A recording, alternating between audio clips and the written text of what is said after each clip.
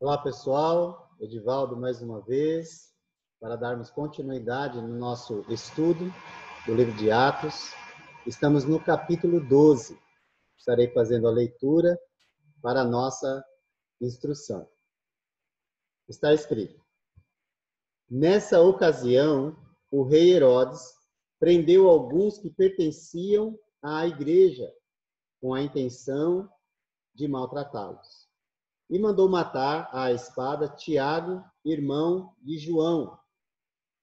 Vendo que isso agradava aos judeus, prosseguiu prendendo também Pedro durante a festa dos pães sem fermento. Tendo-o prendido, lançou-o no cárcere, entregando-o para ser guardado por 4 escoltas de 4 soldados cada um.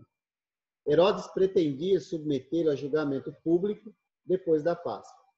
Pedro, então, ficou detido na prisão, mas a igreja orava intensamente a Deus por ele. Na noite anterior ao dia em que Herodes iria submetê-lo a julgamento, Pedro estava dormindo entre 2 soldados, preso com 2 algemas, e sentinelas montavam guarda à entrada do cárcere. Repentinamente, apareceu um anjo do Senhor e uma luz brilhou na cela. Ele tocou no lado de Pedro e o acordou. Depressa, levante-se, disse ele. Então, as algemas caíram dos punhos de Pedro. O anjo lhe disse: vista-se e calce as sandálias. E Pedro assim fez.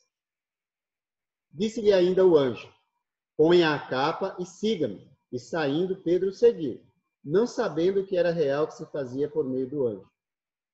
Tudo lhe parecia uma visão. Passaram a primeira e a segunda guarda e chegaram ao portão de ferro que dava para a cidade. Este se abriu por si mesmo para eles e passaram. Tendo saído, caminharam ao longo de uma rua e, de repente, o anjo o deixou.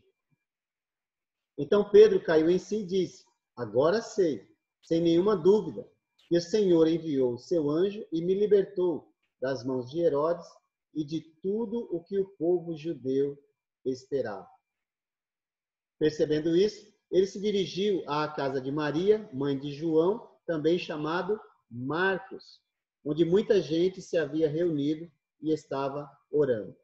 Pedro bateu à porta do alpendre e uma serva chamada Rode veio atender. Ao reconhecer a voz de Pedro, tomada de alegria, ela correu de volta, sem abrir a porta, e exclamou: Pedro está à porta. Eles, porém, lhe disseram: você está fora de si.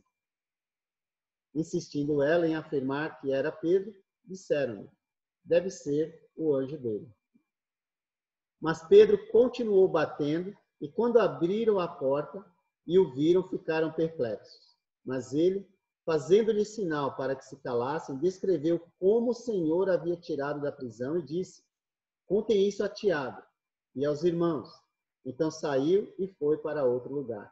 De manhã, não foi pequeno o alvoroço entre os soldados quanto ao que tinha acontecido a Pedro.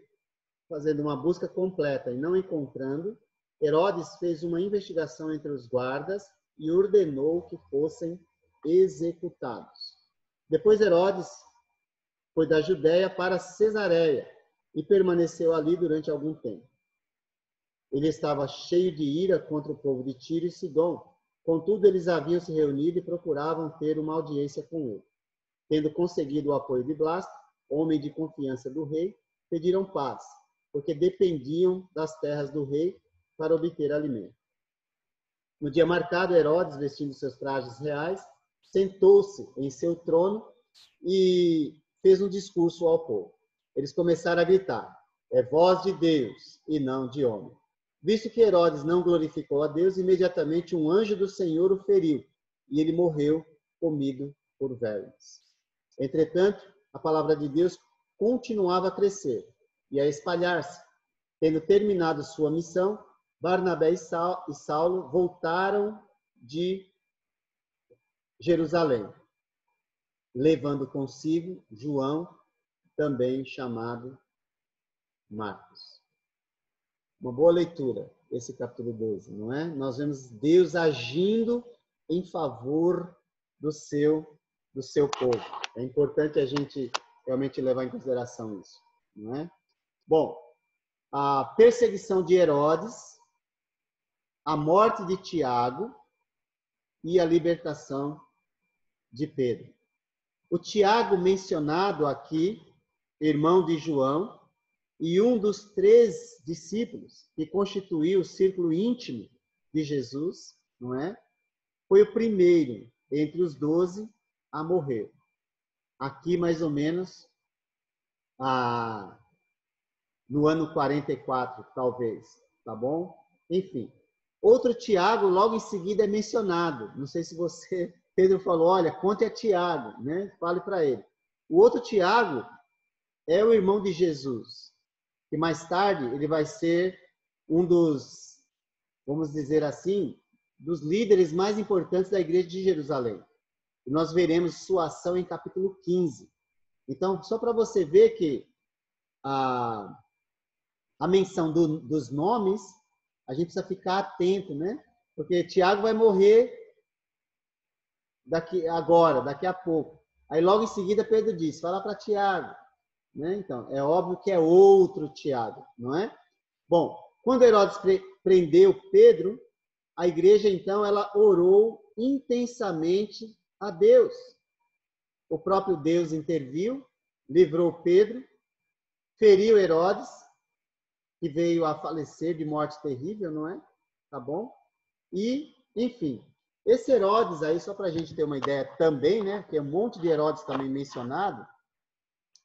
Ele era o filho do Herodes que mandara executar João Batista, tá bom? Ou seja, fala de Herodes, não vem muita coisa boa, não é? Enfim. O fato é que Deus está no controle. Bom, primeiramente, Herodes prendeu alguns da igreja com a intenção de maltratar. E ele fez até onde Deus permitiu. Depois, Deus chega.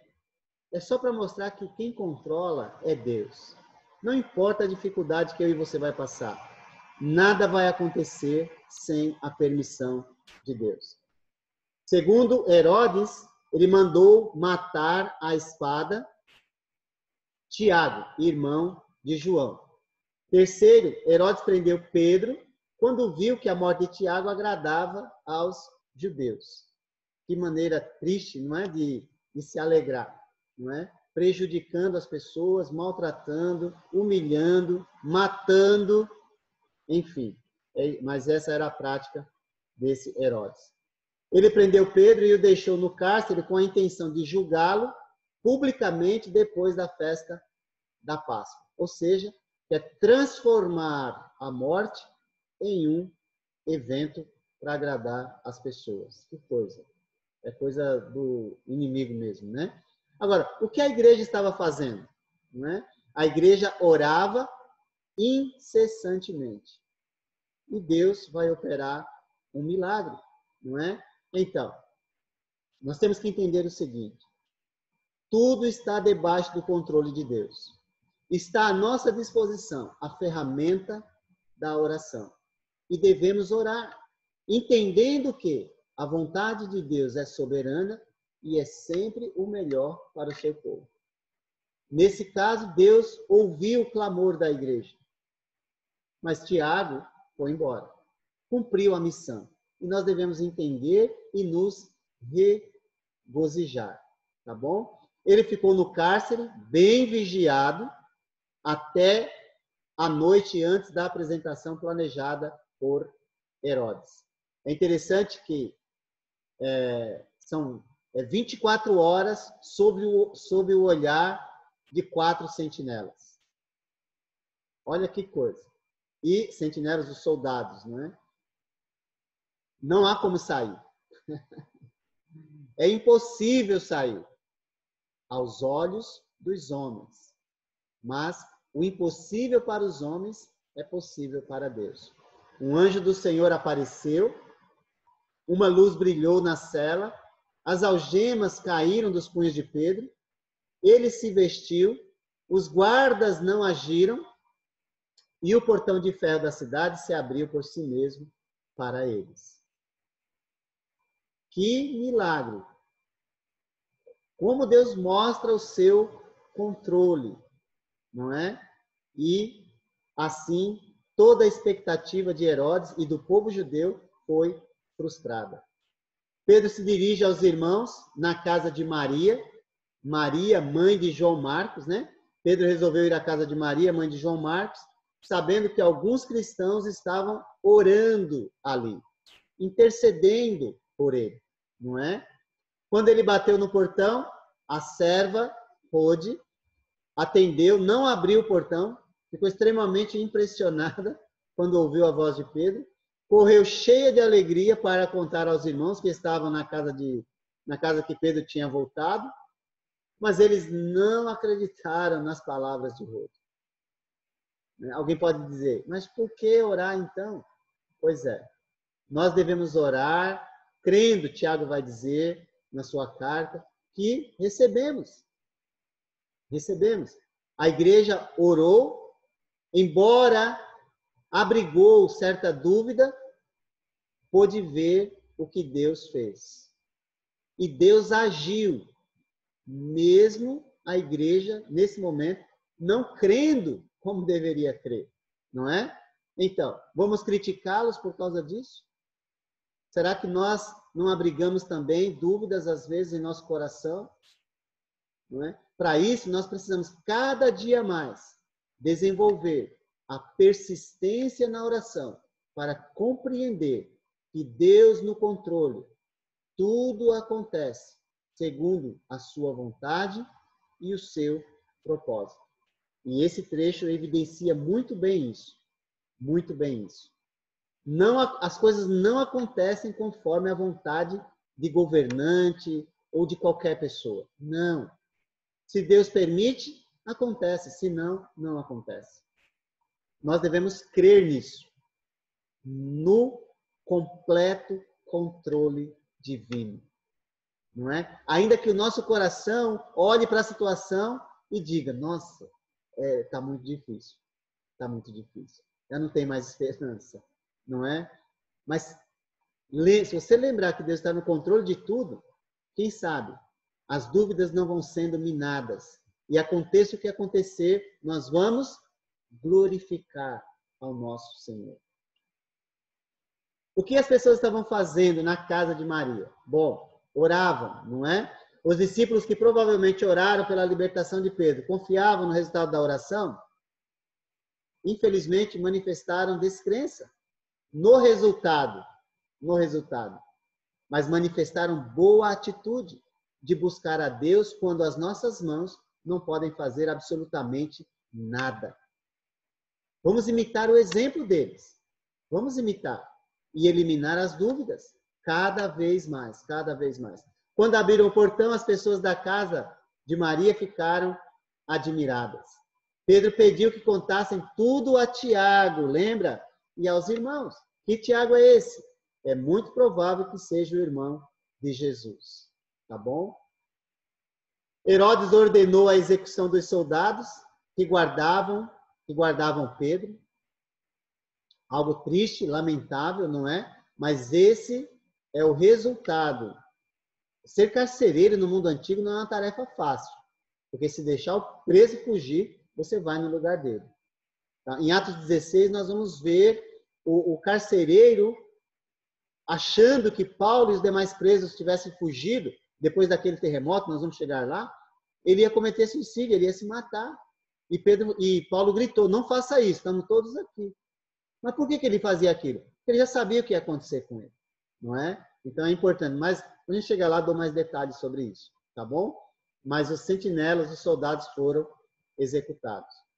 Herodes depois, ele vai sofrer uma morte terrível, comido por vermes, expirou.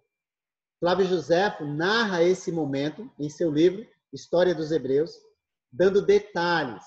A Bíblia não se preocupou com isso, mas mostrando a intensidade do sofrimento que ele veio a falecer. E mais uma vez, a evidência de quem controla é Deus. Então, que nossos atos sempre rendam honra e glória ao Senhor. Porque certamente quem não rende glória ao Senhor será destruído. Nós não somos melhores nem piores do que ninguém. Somos seres humanos que estamos tentando fazer a vontade de Deus. Mas as nossas conquistas, tudo aquilo que a gente faz, tudo aquilo que traz sucesso, tudo é honra e glória para o Senhor. Se não der honra e glória a Deus e achar que você é melhor do que os outros por causa das suas conquistas, você pode experimentar o que Herodes experimentou. Não vai ser bom. A igreja do Senhor continua avançando, crescendo, apesar de tudo que está ocorrendo. Tiago é o primeiro apóstolo a ser martirizado, ou seja, morrer pela fé. Tá ok? Morrer pela sua fé. Estevão é o primeiro mártir, nós já falamos isso em capítulo 7. Este capítulo relata mais um período difícil na história da igreja primitiva, mas no fim, os perseguidores são mortos e a palavra de Deus, ela continua sendo divulgada. A palavra de Deus não para. A palavra de Deus não volta vazia. E nós temos que crer nisso. Não importa o que vai acontecer conosco. O que importa é que nosso nome está escrito no livro da vida. Então, muitos irmãos que estão trabalhando não têm seus nomes registrados aqui no livro de Atos. Nem por isso eles deixaram de trabalhar para Deus. O mais importante não é ser reconhecido pelos homens, mas ser reconhecido por Deus. E aqueles que têm os seus nomes escritos abrigavam no coração intensa humildade e glorificavam a Deus por serem instrumentos em suas mãos. Que assim seja conosco também, tá bom? O livro de Atos mostra bem o poder de Deus e da sua palavra. Barnabé e Saulo voltam a Antioquia, da sua missão de generosidade a Jerusalém, trazendo com eles João Marcos e preparando o palco para uma nova etapa de evangelismo. O evangelho está sendo preparado para entrar na Ásia, Antioquia da Síria, Europa e os confins da terra. Que maravilha, não é? A gente vê esse desenvolvimento da obra de Deus. Que maravilha, não é? A igreja está crescendo. Em Atos capítulo 12, apesar da oposição do inimigo. Porém, Deus, guarde isso, está no controle. E o homem não pode impedir o avanço da obra de Deus. Não pode. Assim, o cenário está preparado.